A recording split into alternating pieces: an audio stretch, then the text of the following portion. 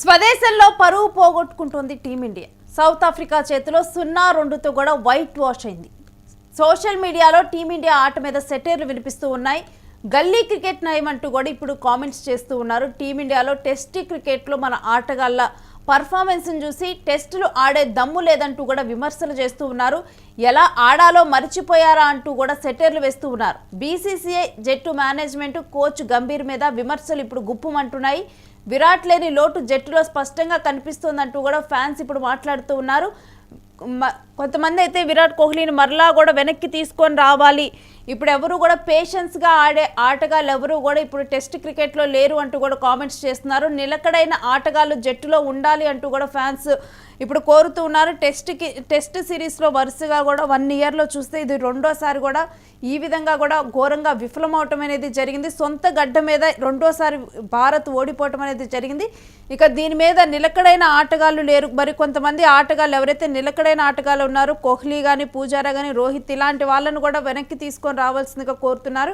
ఇక విరాట్ కోహ్లీ రీఎంట్రీని ప్లాన్ చేయాలంటూ కూడా కామెంట్స్ వినిపిస్తున్నాయి. ఈ విధంగా కూడా అసలు ఆటే మర్చిపోయారంటూ కూడా ఇప్పుడైతే కామెంట్స్ వినిపిస్తున్నాయి. మరి దీనికి సంబంధించిన డీటెయిల్స్ స్పోర్ట్స్ అనలిస్ట్ వెంకట్తో మాట్లాడి తెలుసుకుందాం. హలో వెంకట్ గారు. సొంత గడ్డ మీద ఏడాది కాలంలో చూసుకుంటే రెండోసారి ఈ విధంగా కూడా ఓడిపోవటం అసలు ఏ విధంగా చూడాలి?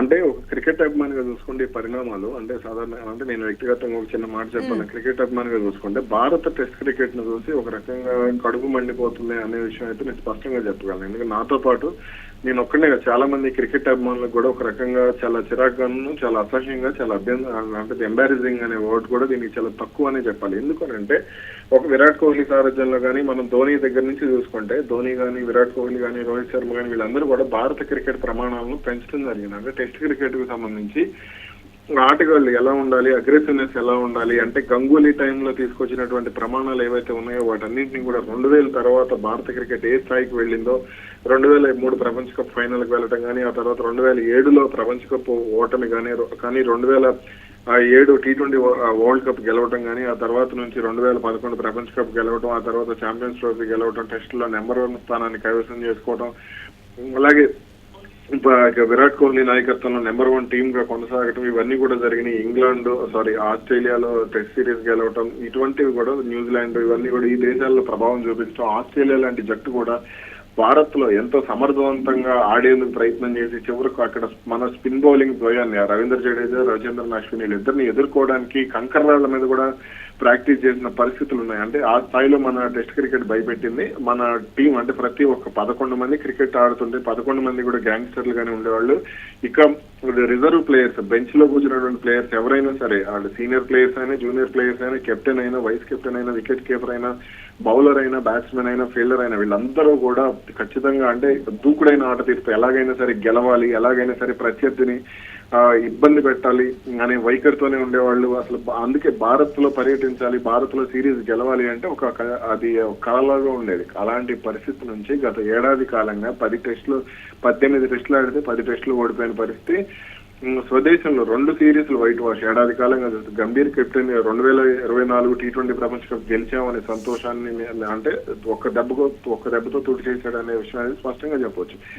దీని వెనక చాలా కారణాలు ఉన్నాయి. అంటే అసలు ప్లేయర్స్ బ్యాటింగ్ ఆర్డర్ చూసుకుంటే అది చాలా చిరాకు. అంటే మామూలుగా మాట్లాడుకుంటే అది ఒక తలనొప్పి వ్యవహారం లాగా ఉంది. అంటే ఫర్ ఎగ్జాంపుల్ మనం ఫస్ట్ టెస్ట్ కి 2వ టెస్ట్ కి చూసుకుంటే ఫస్ట్ టెస్ట్ లో బ్యాటింగ్ ఆర్డర్ కి సంబంధించి వాషింగ్టన్ సుందర్ని 3వ స్థానంలో ఆడించారు. మళ్ళీ సడన్ గా వాషింగ్టన్ సుందర్ని తీసుకెళ్లి 8వ స్థానంలో ఆడించి సాయి సుదర్శన్ తీసుకొచ్చి 3వ స్థానంలో ఆడించారు. ధ్రువ్ జురేల్ని 4వ స్థానం అంటే గిల్ స్థానంలో ఆడించారు.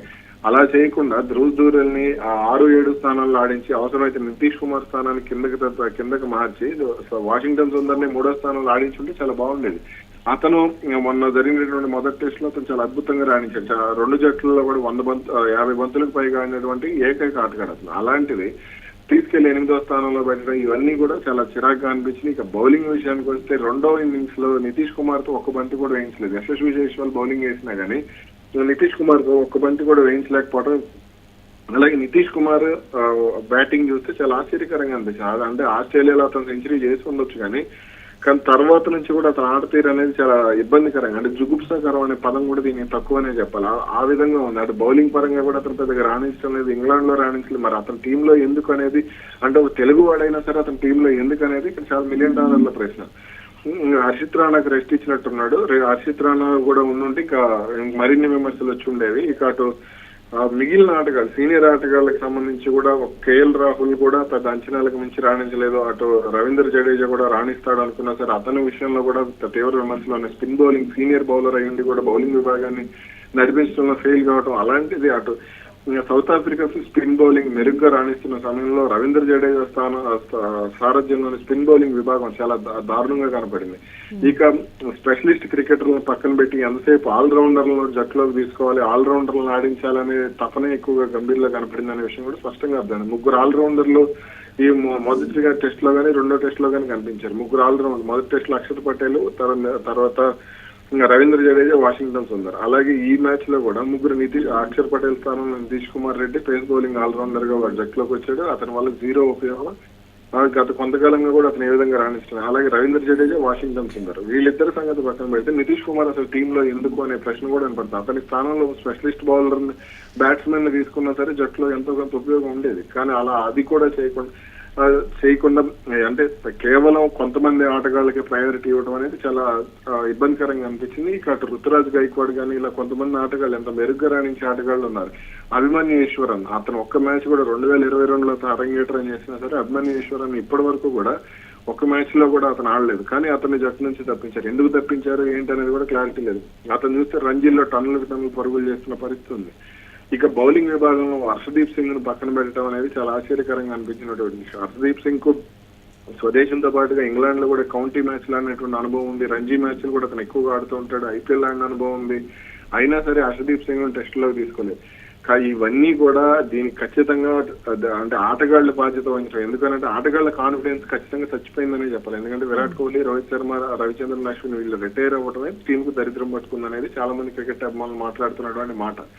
ఇప్పుడు రోహిత్ శర్మ గానీ విరాట్ కోహ్లీ గానీ వాళ్ళిద్దరికి కనీసం మరో 1-2 ఏళ్ల పాటు వాళ్ళిద్దరిలో క్రికెట్ మిగిలి ఉంది. ఖచ్చితంగా రవిచంద్రన్ అశ్విన్ లో కూడా ఇంకా క్రికెట్ ఉంది. కానీ అతన్ని పక్కన పెట్టడం, ఆస్ట్రేలియా సిరీస్ మధ్యలో అతన్ని కావాలని రిటైర్ కావాలని ఒత్తిడి చేయడం, విరాట్ కోహ్లీ, రోహిత్ శర్మ వీళ్ళిద్దరూ టెస్ట్ క్రికెట్ ను వాళ్ళ ప్రమాణాలను ఏ స్థాయిలోకి తీసుకెళ్లారు క్రికెట్ అభిమానులను అందరం చూసాం.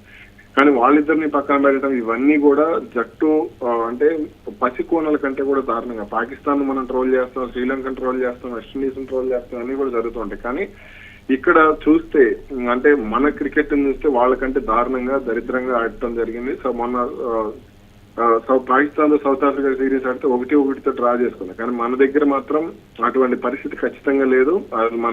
మన జట్టు మీద వెస్టిండీస్ మీదో లేదంటే చిన్న బంగ్లాదేశ్ మీద గెలిచినట్టుంది గత ఏడాది కాలంగా. ఇవి తప్పితే జింబాబ్వే మీద, ఐర్లాండ్ మీద అటు పాకిస్తాన్ ఏ విధంగా ఆడుతుందో మన ఆటగాళ్ళు కూడా అలాగే ఆడే పరిస్థితి ఉంది.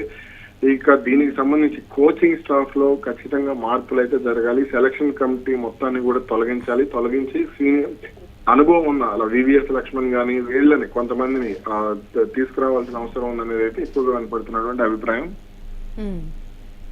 అయితే ఇప్పుడు కోహ్లీ ఫ్యాన్స్ కూడా కోహ్లీని రీఎంట్రీగా తీసుకోవాలి అంటున్నారు కామెంట్స్ లో. ఖచ్చితంగా అంటే విరాట్ కోహ్లీ ఉంటే జట్టులో ఆ ఆటగాళ్ళకంటే ఇప్పుడు ఫర్ ఎగ్జాంపుల్ మనం 2018 ఇంగ్లాండ్ టెస్ట్ సిరీస్ చూసుకుంటే మనం ఓడిపోతాం లేదా డ్రా అయిపోతుంది అనుకున్న మ్యాచ్ లో కేవలం 60 ఓవర్లు మాత్రమే మిగిలినటువంటి మ్యాచ్ లో భారత్ గెలిచింది. ఏది పెద్ద నామమాత్రమైన బౌలర్లే, మహమ్మద్ షమి కానీ, జస్ప్రీత్ బుమ్రా కానీ, మహమ్మద్ సిరాజ్ కానీ వీళ్ళందరూ కూడా అప్పుడు చిన్న బౌలర్లే, పెద్ద స్టార్ బౌలర్లు ఏమి కాదు. కానీ అప్పుడు విజయం సాధించిన పరిస్థితి మనం చూసాం. కానీ ఇప్పుడు ఆ నాణ్యమైన bowler Bumrah senior bowler, Siraj senior bowler, Ravindra Jadeja senior bowler ఇంతమంది ఉన్నప్పటికీ కూడా భారత్ విజయం సాధించలేకపోయింది. కనీసం టెస్ట్ డ్రా చేసుకోలేకపోయింది అనడం అనేది అయితే స్పష్టంగా అర్థమవుతుంది.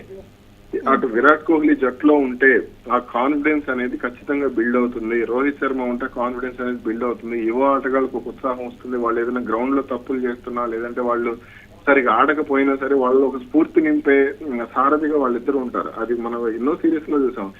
లేకపోతే 2018లో విరాట్ కోహ్లీ సారథ్యంలో ఆ బోర్డర్ గవాస్కర్ ట్రోఫీ ఆస్ట్రేలియాలో గెలవలేరు. అలాగే 2021లో రోహిత్ శర్మ, అజింక్య రహానే సారథ్యంలో గెలిచే పరిస్థితి ఉండేది కాదు.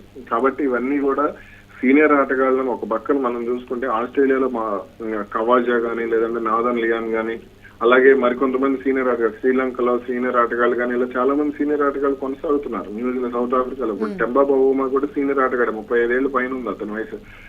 అలాగే మరికొంతమంది సీనియర్లు కూడా కీలక న్యూజిలాండ్ జట్లో కానీ వీళ్ళందరూ కూడా కేన్ విలియమ్సన్, అలా ఇంగ్లాండ్ లో జో రూట్, వీళ్ళందరూ కూడా సీనియర్ ఆటగాళ్ళే. స్టీవ్ స్మిత్, ఆస్ట్రేలియాలో స్టీవ్ స్మిత్ కానీ వీళ్ళందరూ కూడా సీనియర్ ఆటగాళ్ళే.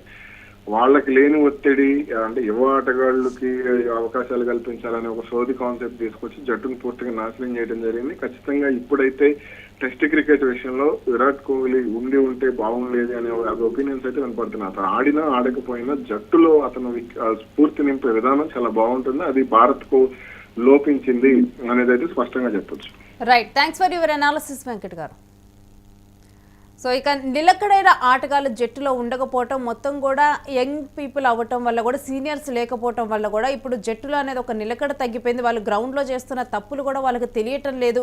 ఈ విధంగా ఇటువంటి కొన్ని పరిణామాల వల్ల ఈ టెస్ట్ సిరీస్ అనేది కూడా ఈ విధంగా మారిపోయింది అంటూ కూడా జట్టులో డెఫినెట్గా కూడా కొన్ని మార్పులు జరగాలి. సెలక్షన్ కమిటీని పూర్తిగా కూడా ఇప్పుడు ఉన్నటువంటి సెలక్షన్ కమిటీని తీసివేసి ఎవరైతే ఆల్రెడీ కూడా దీంట్లో నిపుణులు ఉన్నారో వాళ్ళని తీసుకోవటం అయితే జరగాలి. వీటన్నిటికీ కోచింగ్కి సంబంధించి కూడా డెఫినెట్గా కొన్ని మార్పులు చేర్పులు అనేవి ఉండాలి. ఇక టీంలో కూడా మార్పులు చేర్పులు అనేవి కూడా చాలా అవసరం అని అయితే ఇప్పుడు స్పోర్ట్స్ అనలిస్ట్ వెంకట్ గారు తెలియజేయడం అయితే జరిగింది.